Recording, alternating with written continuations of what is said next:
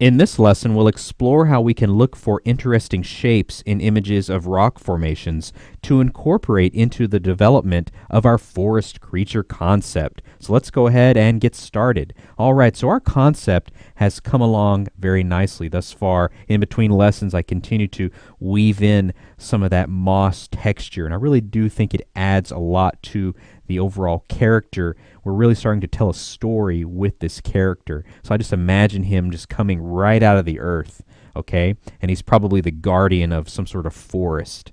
All right, so I want to start incorporating additional kind of earth-like characteristics, and we're going to be kind of focusing on bringing in just some kind of rock textures. Now I'm looking at the snout here, and I've been kind of eyeballing this snout just kind of over the past few lessons, and I kind of feel like the snout is kind of flat, and this really just comes back to our initial sketch, which we can see there.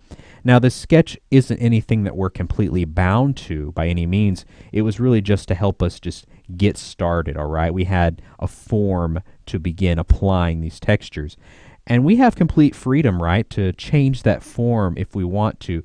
So I may want to use some rock formations to kind of flesh out this snout a little bit more, give it a little bit more depth and just character overall. Let's go ahead and have a look at a couple of textures or a couple of images of rock formations that we can pull from. So again, we're working from desaturated images. We're not trying to pull in any color information at this point. And we just have some interesting shapes that we're really going to be searching for in each one of these images. And again, I'm focusing on the light consistency, the light source, where it is relatively close to the lighting situation we have in our concept image. So I want to build up the snout area, and I'm just kind of looking at some of these different shapes that I see in here, and I'm kind of drawn just to this area right here. So I'm just going to go ahead and grab my lasso tool, and let's just lasso this interesting little rock shape right there. Very cool. I'm just going to grab my move tool, and let's just pull that over. All right. Go ahead and move that window out of the way just a little bit here. And you'll notice I've dropped it right into a new group, which I've titled Rocks, in our texture blocking group. Okay, so what I want to do is just basically kind of move this formation around. And already I feel like that just fits right there, like it's his nose right there on the top of his snout. Let's go ahead and kind of zoom in here and kind of play around with this shape. I'm going to go ahead and hit Control T on my keyboard. And I might want to go ahead and just kind of manipulate this overall shape. So I've just right-clicked once again. And we may want to just kind of warp it a little bit, kind of manipulate it. Just kind of play around with the overall form of it. But I like the shape a lot, and I like the lighting on it. We can always kind of tweak or modify that later on. Again, we're working in grayscale to kind of focus on our values as well before we get into color. So that's looking pretty cool. I'm liking how that's looking. Let's go ahead and grab just some additional rock formations and just continue to kind of work on this snout area. Again, I felt like it was a little bit flat. So we're just kind of coming back in here, and I may want to go ahead and have a look at that other image of these rock formations and just kind of search for some interesting shapes that stick out to me. And this is really just an experimental phase where you just want to take your time and kind of see what works, what doesn't work. I try to pick some that have a little bit of just kind of dimension to them, all right? Something that doesn't feel very flat. So this right here feels like it has just more depth and dimension. I see more 3D form and just shape right here than I do if I just were to grab just from right there where it feels very flat, okay? So let's grab our move tool and we'll pull this over as well. And I'll just move that window back up there. All right. And again, we'll kind of move this around. I'm thinking we may want to go ahead and put it just right over here. Again, I kind of feel like that'll gel nicely just with the direction of our lighting hitting our forest creature here. Let's go ahead and free transform this, and we can kind of start to kind of manipulate it and see what it can do for us. So I'm just kind of bending it around kind of the curvature of the way the mouth is opened up. Just kind of bending it there nicely like that.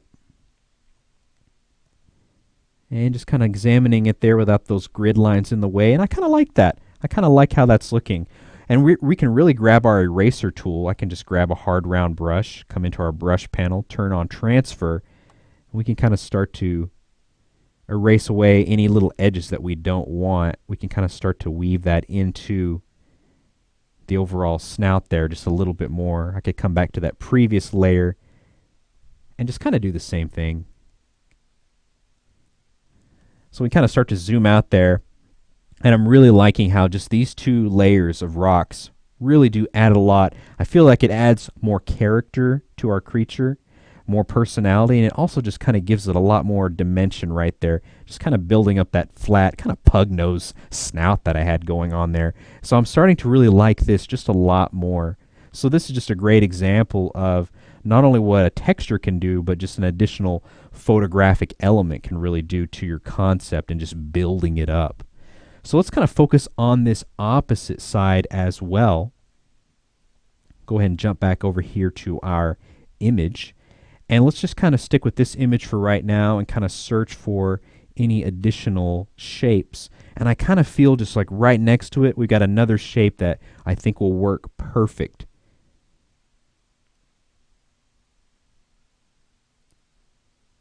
So I'm just kind of making a selection right there, and I think that'll work nicely just for the opposite side of that kind of nose point that we initially added. So we'll go ahead and pull this over here. We'll kind of zoom in here just a little bit. And again, free transforming that.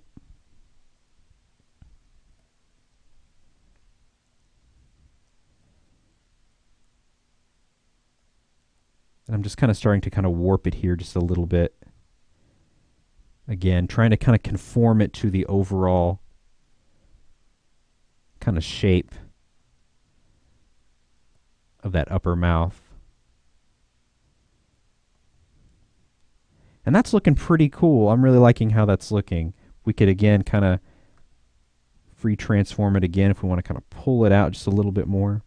And I've already mentioned this in previous lessons, but whatever kind of images you're pulling textures or any kind of photographic elements from, try to at least have them be just relatively high in resolution. That way, if you make any kind of manipulations, which is what we're doing now, you're not going to really notice too much of a loss in quality.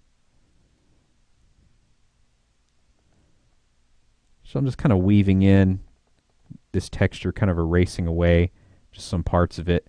And I'm just loving how that's looking, and just again making a quick comparison. That just feels a lot nicer than that flat nose that we had. Again, it just really adds to the overall personality, the character. We're starting again to tell just more of a story with more and more of these textures that we bring in. So let's go ahead and continue to really kind of focus. We may want to bring down some more rock texture just kind of down the side of his mouth.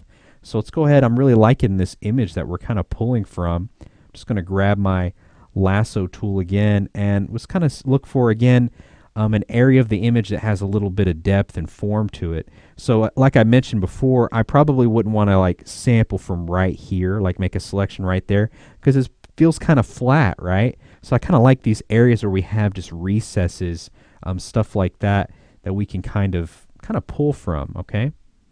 So we could kind of make a selection right here. Might want to kind of refine that just a little bit.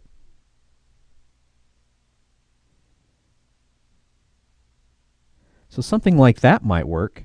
So let's go ahead and kind of give that a try.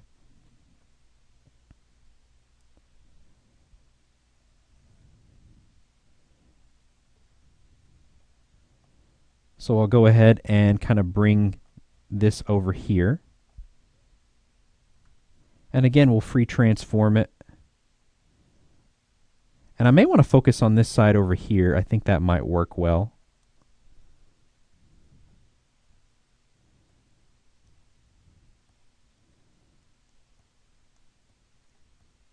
Kind of getting that shadow kind of down in that kind of that crevice of that upper lip that I kind of had worked in there initially from my sketch.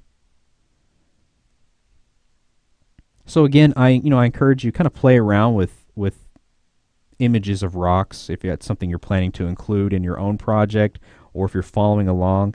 You don't have to use the exact ones that I've used here. You may find some that are more suitable, that you just like more. So just kind of play around with them, kind of see what works, what doesn't.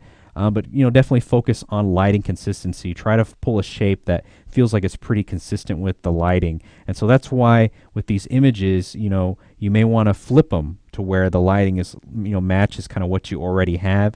That way it just saves you some time in bringing over these textures. So I'm going to go ahead and grab my eraser tool there. Sorry, that was my healing tool. They look kind of similar sometimes. So I'm just kind of erasing away just some areas right there, kind of around the edges of that texture, just kind of weaving them in a little bit more. And I kind of like how that's looking. Again, we could kind of continue to tweak that just a little bit more if we want to. That's the beauty of free transform and warping. Let's go ahead and kind of finish out in this lesson, kind of adding maybe some rock texture up here on the upper brow. I think that might look kind of cool.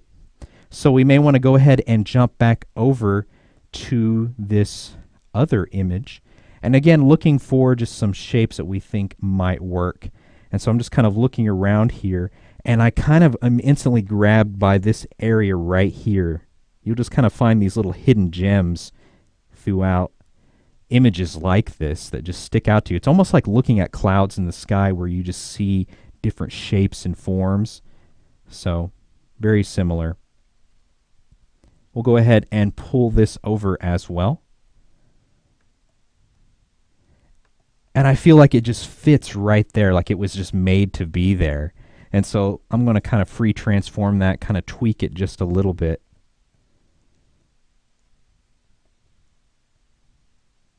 Now I may want to add an adjustment layer to this particular area.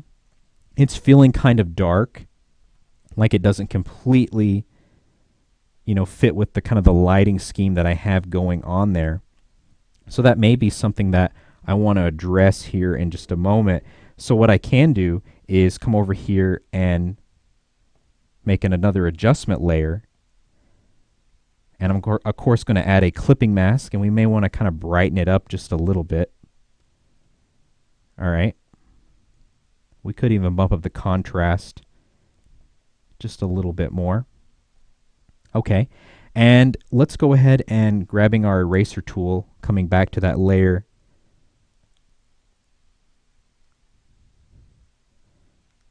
I'll just kind of weave away some parts of that areas where this kind of dark on the top areas, just from where I basically made a selection and pulled it from that image. So that's looking pretty cool. And we could kind of maybe erase a little bit of that down here, kind of just to weave it into that little shadowed area, since he has kind of a heavy brow. So we'll kind of continue on in between lessons, just adding a few more of these rock textures, these kind of photographic elements really into our concept here. We might focus on that opposite brow as well, but I encourage you as well to kind of explore looking for interesting shapes that you find in both of these images. Again, you may find some shapes that you feel are just more suitable if you're following along. So in the next lesson, we're going to change gears once again, and we're going to focus on the eyes area right in here, these two eyes. We're going to add some texture to the irises themselves and some texture just on the upper and lower eyelids. So stick around and we'll see you in the next lesson.